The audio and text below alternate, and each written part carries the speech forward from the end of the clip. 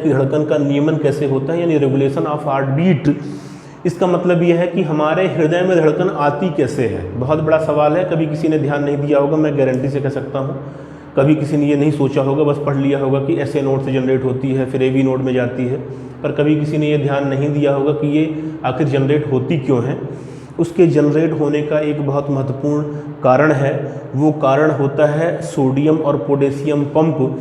हमारे शरीर में जो तंत्रिका तंत्र की सप्लाई है वो सोडियम पोटेशियम पंप पे डिपेंड करती है। वहाँ से इलेक्ट्रिकल इम्पल्स जनरेट होते हैं जो कि तंत्रिकाओं के माध्यम से प्रवाहित होते हैं, और इसी तंत्रिका कोशिका यानी न्यूरॉन के माध्यम से सिग्नल जो है वो भेजा जाता है SA नोड पे, और उस S नोड में उस सिग्नल के माध्यम से विद्युतीय सिग्नल जो है वो तैयार होते हैं, और वो फिर वो पूरे हार्ट में सप्लाई किए जाते हैं हार्ट की धड़कन को क्रिएट करने के लिए।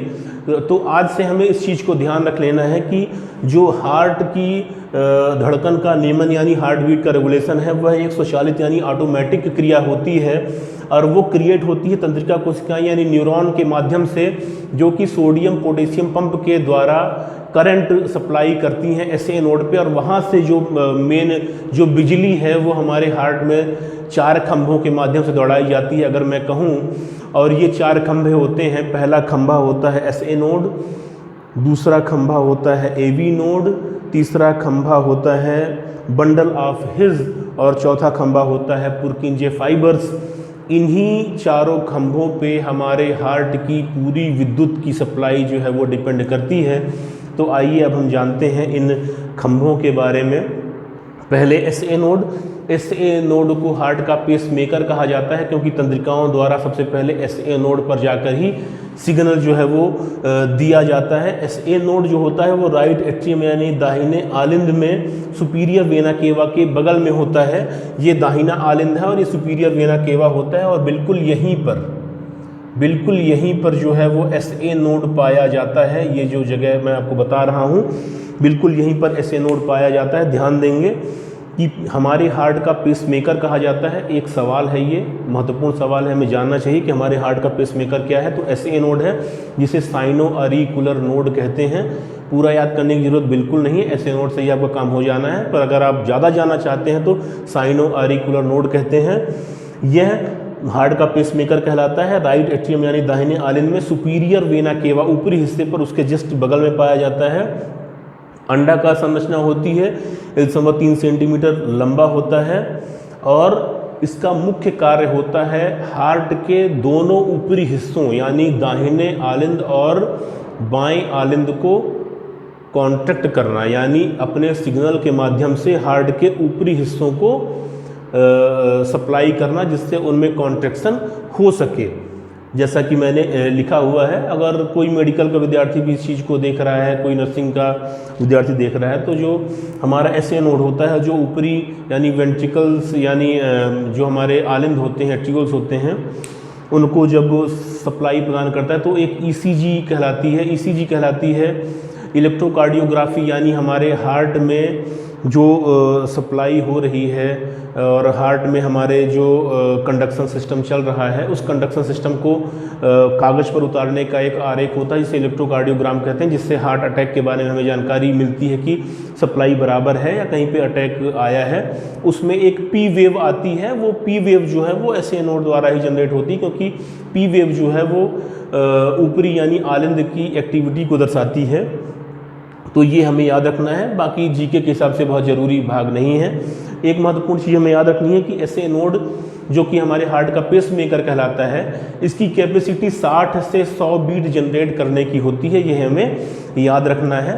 तो SA नोड जो है वो पेसमेकर कहलाता है। राइट एट्रियम यानी दाहिने आलिंद में सुपीरियर वेना केवा के बगल में पाया जाता है। अंडाकार होता है, 1.3 सेंटीमीटर लंबा होता है, कॉन्ट्रैक्ट करता है यानी संकुचन करवाता है ये हार्ट के ऊपरी हिस्सों को, और उसके बाद जो है P वेव जो है वो ECG में इंडिकेट होती है, जो इसको इंडिकेट करती है 60 से 100 बीट पर मिनट जनरेट करता है। और उसके बाद जो जनरेट की गई ऊर्जा है यानी इलेक्ट्रिकल इम्पल्स है, उसे वो सप्लाई कर देता है AV नोड यानी एट्रियोवेंट्रिकुलर नोड के लिए।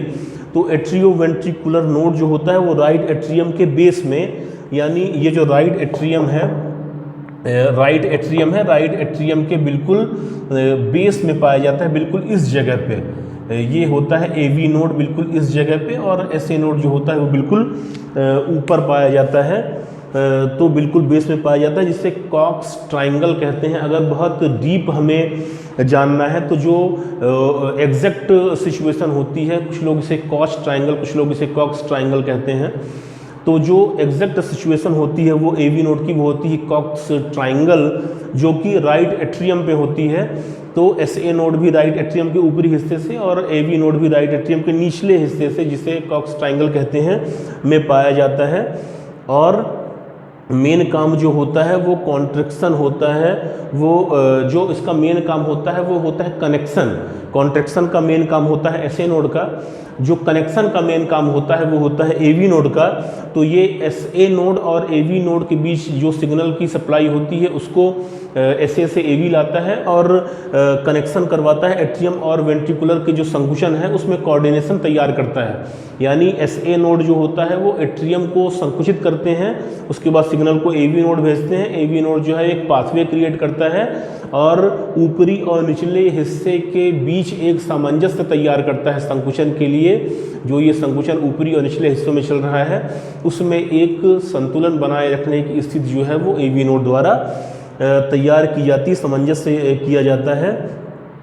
ये सिग्नल्स को प्रोटेक्शन भी प्रदान करता है और जो इनकी सेल्फ जो प्रोटेक्शन होता है वो वेंट्रिकल्स को प्रदान करता है। और ये प्रोटेक्शन बेसिकली मैं आपको बता देना चाहता हूँ कि ये प्रोटेक्शन ऐसा होता है कि कई बार अनियमित धड़कन हार्ट के ऊपरी हिस्से से तैयार हो जाती हैं और ये अनियमित धड़कन जो है वो हार्ट को बहुत तेज़ी से धड़काने लगती हैं। ऐसी कंडीशन में अगर सिग्नल वेंट्रिकल्स तक पहुंच जाएंगे तो हार्ट जो है वो बहुत तेज़ी से पंप करेगा और कई बार मनुष्य की जल्दी ही मृत्यु हो जाती है। तो इस चीज़ को प्रिवेंट करने का काम भी जो है वो सिग्नल्स को प्रिवेंट करने का काम भी एवी नोड करता है। और दूसरा जो इनकी सेल्फ जनरेशन कैपेसिटी होती है, उत्पादन की क्षमता होती है, वो होती है 40 से 60 बीट पर मिनट। इसके बाद हम देखते हैं बंडल ऑफ हिज के बारे में। तो बंडल ऑफ हिज जो होते हैं तो एवी नोड के नीचे पाए जाते हैं। यानी अगर मैं आपको फिगर में बताऊं तो फिगर में जो बंडल ऑफ हिज होते हैं वो बिल्कुल एग्जैक्टली यहाँ पर पाए जाते हैं। ये बंडल ऑफ हिज हैं, ये होता है एवी नोड, ये होता है एसए नोड। एसए नोड से सिग्नल जो है वो एवी नोड आए, एवी नोड से ये बंडल ऑफ हिज में गए। अब बंडल ऑफ हिज की दो ब्रांच होती है, राइट बंडल और एक होती है लेफ्ट बंडल। तो राइट बंडल जो है वो राइट साइड की तरफ सप्लाई प्रदान करती है और जो लेफ़्ट होती है वो लेफ़्ट की तरफ सप्लाई प्रदान करती है। तो इसकी दो ब्रांच होती हैं बेसिकली, जैसा कि मैंने लिखा हुआ है। यह एवी नोड के नीचे पाया जाता है और तेज़ी से एवी नोड से सिग्नल को प्राप्त करता है। एसए नोड से एवी और एवी नोड से बंडल ऑफ हिज में तेज़ी से सिग्नल को प्राप्त करता है और इम्पल्स को राइट और लेफ़्ट ब्रांच के माध्यम से, इम्पल्स को राइट और लेफ़्ट ब्रांच के माध्यम से पुरकिंजे फाइबर्स तक पहुंचाने का काम करता है। तो यहाँ पे हम एक चीज़ और अपना संदेह क्लियर करेंगे। अगर मेरे कहने से आपको क्लियर नहीं हुआ है तो मैं समझा के आपको क्लियर कर देता हूँ कि इम्पल्स जो है वो जनरेट हुई एसए नोड पे सोडियम पोटेशियम पंप या और तंत्रिका कोशिकाओं के द्वारा। यहाँ से जो जनरेट हुई इम्पल्स, उसने काम क्या किया, ऊपरी चैम्बर्स को कॉन्टैक्ट करने का। दूसरा जो काम किया वो सिग्नल को एवी नोड में भेजने का। एवी नोड ने एक पाथवे क्रिएट किया और एक कनेक्शन दिया नीचे की ओर। वो कनेक्शन जो है वो जाता है कहाँ पर, बंडल ऑफ हिज में। और बंडल ऑफ हिज एक लॉन्ग सप्लाई होती है, लॉन्ग सप्लाई होती है जो इम्पल्स को एसए नोड से एवी और एवी से बंडल ऑफ हिज के माध्यम से पुरकिंजे फाइबर्स तक पहुंचाती है। इस चीज़ को हमें ध्यान रखना है कि कॉन्ट्रैक्शन का काम एसए नोड करता है, उसके बाद एवी नोड जो है वो सप्लाई ले जाने का काम एक सब स्टेशन का काम करता है। वो सब स्टेशन जो है वो खंभों तक गया, खंभे हम कह सकते हैं बंडल ऑफ हिज को। यहाँ से अलग अलग शहरों में डिवाइडेशन हो गया, एक राइट चला गया और एक लेफ्ट चला गया और यहाँ से करंट सप्लाई जो है पुरकिंजे फाइबर्स तक, यानी अब ये सप्लाई जो है वो घरों तक जा रही है। तो पुरकिंजे फाइबर्स जो होते हैं हम यहाँ पे देखेंगे पुरकिंजे फाइबर्स जो होते हैं बंडल ऑफ हीट से इम्पल्स प्राप्त करते हैं और वेंट्रिकल्स को कॉन्ट्रैक्ट करने का काम करते हैं। यानी पुरकिंजे फाइबर्स जो कि वेंट्रिकल्स की दीवार में चारों तरफ फैले हुए हैं, वो वेंट्रिकल्स को कॉन्ट्रैक्ट यानी संकुचित करने के लिए इम्पल्स ऐसे नोड से जो जनरेट होता है को वहाँ तक लाते हैं और तेज़ी से उसको कॉन्ट्रैक्ट करते हैं। ये इसीलिए ये व्यवस्था बनी है कि जो वेंट्रिकल्स होते हैं उन पर बहुत ज़्यादा लोड होता है और उनके द्वारा जब ब्लड पंप किया जाता है तो वो हार्ट से बाहर जाता है दाहिने चेंबर के द्वारा फेफड़ों में और बाएं चेंबर के द्वारा पूरे हार्ट में, तो वहाँ पे कॉन्ट्रैक्शन के लिए बहुत अधिक शक्ति की ज़रूरत होती है। इसीलिए सप्लाई जो है पुरकिंजे फाइबर्स तक जो है वो फाइबर्स जो है वो फैले रहते हैं और एक साथ जब उनमें सप्लाई आती है तो वो कॉन्ट्रैक्ट करते हैं। यहाँ पर देखने वाली बात एक और है कि वेंट्रिकल्स से बाहर इजेक्ट करने का फोर्स बनाता है। यानी ये व्यवस्था इसीलिए, जैसा कि मैंने आपको बताया, कि एक फोर्स तैयार होता है इसके माध्यम से।